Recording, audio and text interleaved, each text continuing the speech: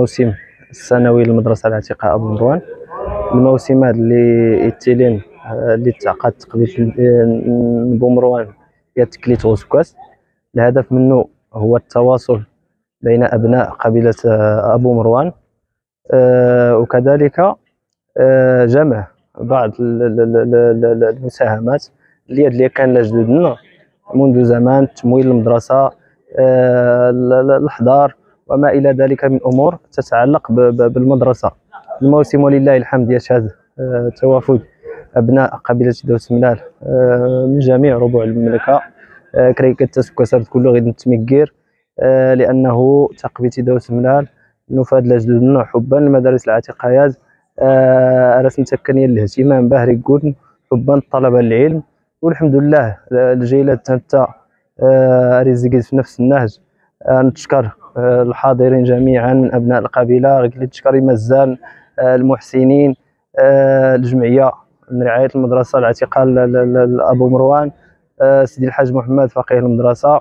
الحمد لله نتشكر نتفايت المعلمة يفولكين بفضل يعني جهود الجمعية والمحسنين وكذلك مشرف المدرسة الأخيرة هذا راغي الصفراح. نتشكر صغيرا نجلس نتاوي لخواطرنا صراحة، وكواحد من يعني أعضاء اللجنة المنظمة نتميقر نتفى لخواطرنا يعني.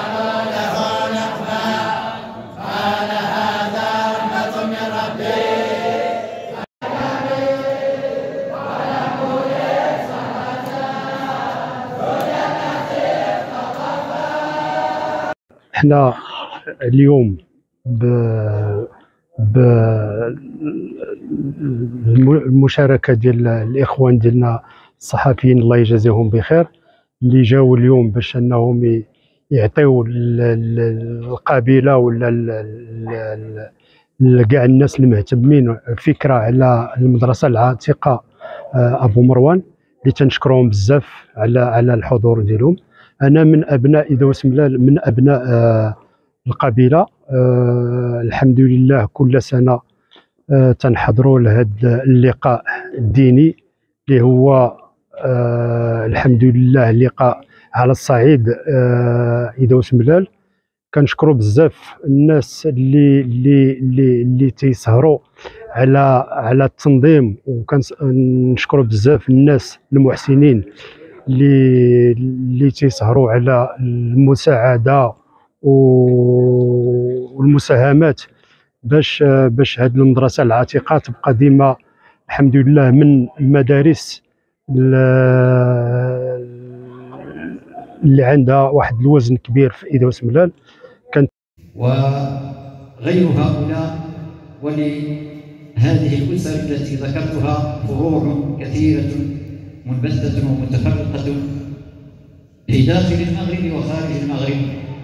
إذ نجد مثلا أن أحفاد سيدي أحمد موسى المجاورة، فهذا إذا شرف كبير لهذه المدرسة ولهذه القبيلة أن تستقبل هذا الشريف العزيز كما هي عادة المغاربة دائما في حب أهل الشرف.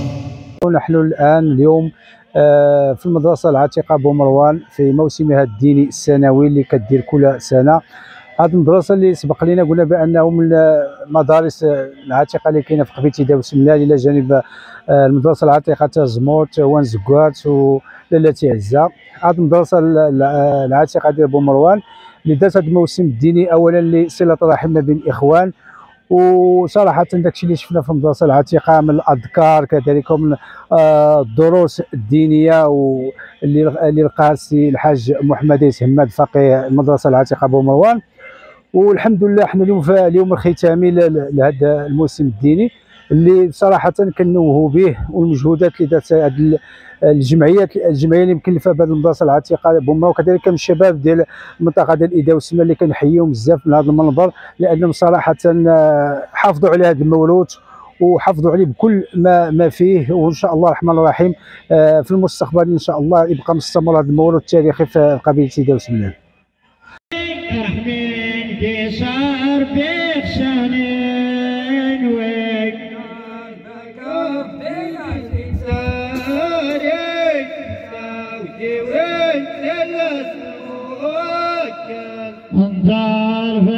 الحمد لله وصلنا شكاز ذكرى بومروان اللي ولد سيدي غرسي سيدي احمد موسى الشرفه سكن قيس المعروف ديدا والسملال.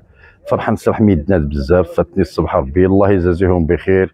انا نتمنى الخير الجزاء الشكر لنا الخير هذه كاع انا مقر ماشي مقر ارجي سيتي لي الغفور ارجي تلقى تميكر ميد نضويه ارجي سكن السنه الرحيم ارجي تدعيني ويلي موتني انا طني رحم ربي واللي سولنا طني عاون ربي موضنا فلاس نعفو سيدي ربي تبارك وتعالى اللي قايت فولكي حتى كنا ارجي تدعي من الدكان المحبين المحسنين اللي تحسنين المساكين تحسن الدراوش هذا سني تخلص ربي يفكاس المحايا كالي زايد المحايا كالي يجيس البركه يعاون وليد حاضرين هاتي ندعي ياسس الخير وليد دور حاضرين هاتي لا ندعوا الخير ان شاء الله.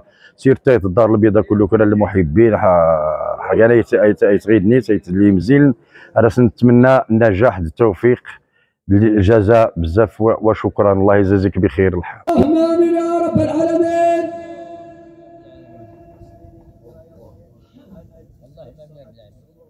اللهم امين يا رب العالمين. اللهم امين يا رب العالمين. اللهم امين يا رب العالمين. اللهم امين يا رب العالمين.